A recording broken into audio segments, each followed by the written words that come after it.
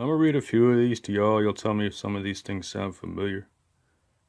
Before I do start, I was gonna read the rest of Deuteronomy, but I feel like I don't need to remind anybody of any of that stuff. And instead, I need to continue on with the work of trying to help people the only way I know how. So, I've read this website. It's about these different spirits. And I want to see if y'all recognize any of these things. I want to start off by saying I make no claim to be an exorcist. I don't make a claim to be any kind of the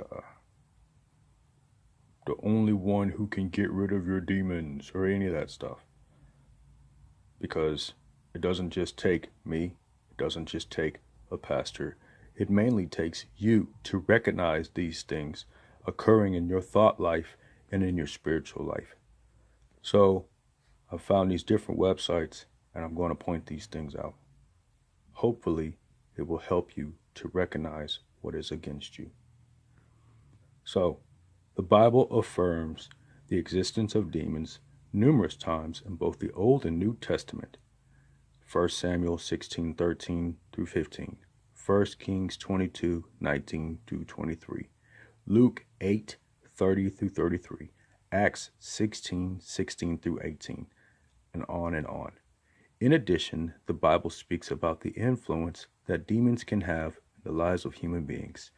Some have tried to confine the works of demons in the lives of humanity to that of demon possession, with this thought being further propagated by poor English translations of the Greek New Testament that use the word possession in various verses that describe demon activity.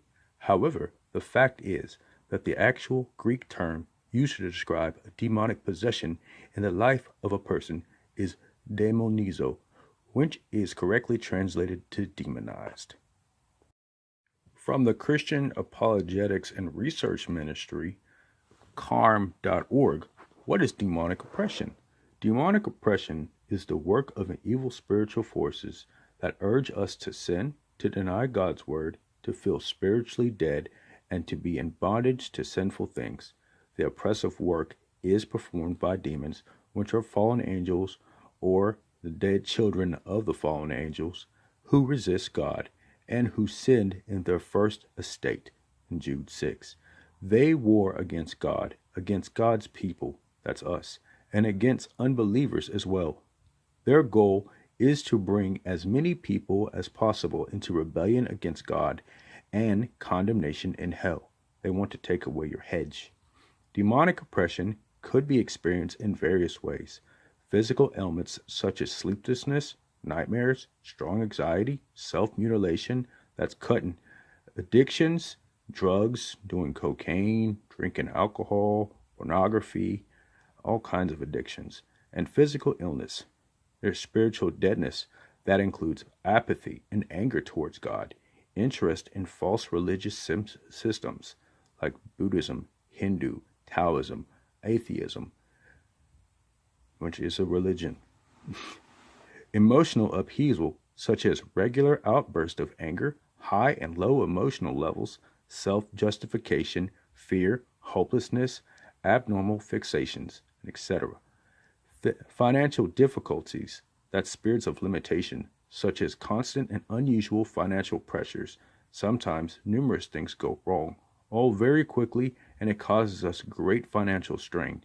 Yes, these things are caused by the spirits that are against you. It also says, and this very much is true, of course, we must be very careful not to say that every negative thing we experience is demonic oppression. Sometimes physical ailments are caused by lack of proper sleep, poor diet, germs, or disease. You can't say that you're overweight solely because of demonic oppression.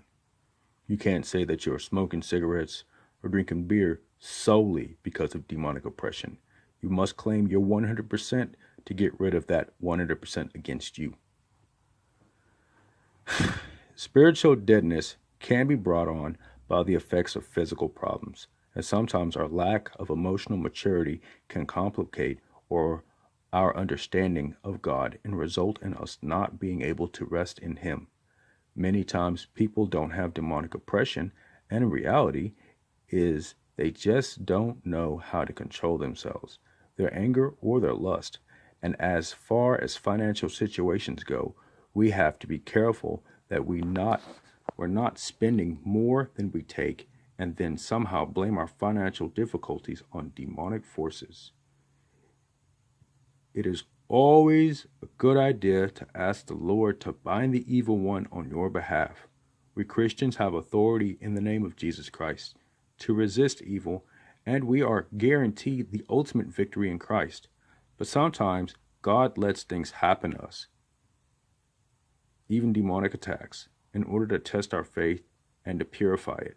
Remember, in all our struggles, we are to be faithful and to trust the Lord.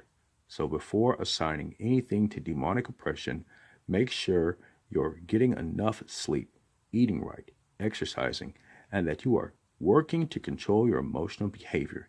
Then after prayer, it would be time to consider demonic oppression if things in your life are unusually difficult. So how do we recognize demonic oppression? Well, some of the most common symptoms of indwelling demons are as follows. And I got this from demonbuster.com if you want to check this out. Disturbances in emotions which persist or recur. Disturbances in the mind or your thought life. Outburst or uncontrolled use of the tongue. That means cussing, saying stuff you shouldn't be saying. Reoccurring unclean thoughts and acts regarding sexual life. Addictions to nicotine, alcohol, drugs, medicine, caffeine. If you just say you need a cup of coffee, you need it so bad, you don't.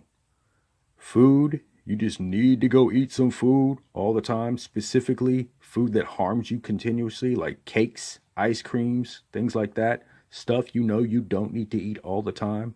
Or cigarettes, if you're smoking 5 packs a day, 3 packs a day, smoke your whole pack of cigarettes in a day, you might have an addiction spirit, an oppression against you. Many diseases and physical afflictions are due to spiritual infirmities. Explain to me cancer. It's a fungus and it's an infection. It can be dealt with. All this stuff where the pharmacists are like, oh, it's bigger than it is, and we have all these clinics and all that stuff. That's all oppression. It's all from spirits. It's all bad. But if we explained all this stuff away and got rid of all of it, like we are doing, as you can see in this world, how much pharmacists and all those people are fighting back, and they're making sure to their best that you stay sick so that they keep getting money. Greed is an oppression. But that's another topic. Everything that you do, if in regards to evil spirits against you, oppression, or being demonized, use discernment, which, according to 1 Corinthians 12:10, lists discerning of spirits as one of the 9 supernatural gifts of the Holy Spirit, and detection, the second method of knowing the presence and nature of evil spirits. Detection is simply observing what spirits are doing to a person. Did you know that PTSD is actually a sign of demonic oppression? Though many people will sit there and tell you, oh, he has PTSD, he's crazy, he has problems, and all those things. It's a sign of demonic oppression, and it can be easily gotten rid of, done with. But they tell you can't get rid of it because pharmakia, those who practice pharmakia, want your money.